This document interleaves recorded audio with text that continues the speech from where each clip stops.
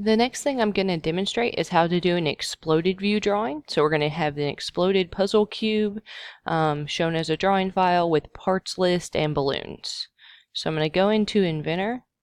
From my home screen, I need to open a drawing file. I've already done that, so here's my drawing file. I'm going to come up to the top left and click Base.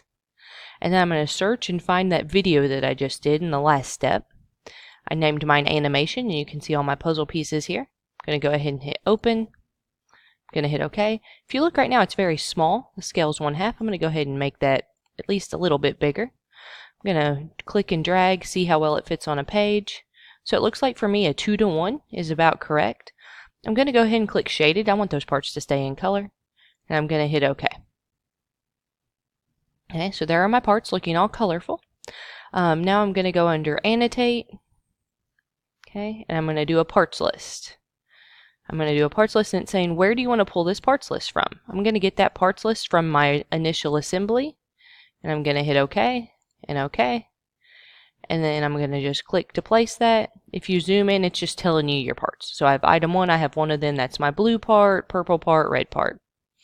The next thing it wanted was for me to balloon this. The balloon is still here under Annotate, just up here where it says balloon. So I'm going to click the word balloon, click on my orange piece, come over, click again.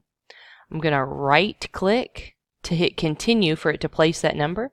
If you look, it labeled this orange piece as number 2. If I look at number 2, it's green 1. I think I had to change my color at the last minute. If I come here to the red one, I click, right click, continue. It labeled that red one number 4. Number 4 is my red part. Hopefully yours will match up better than mine. And I'm just right clicking and continuing all the way around. And at that point, I have fulfilled what it asked me to do when it said make an exploded view with an exploded puzzle as a drawing file with parts list and balloons.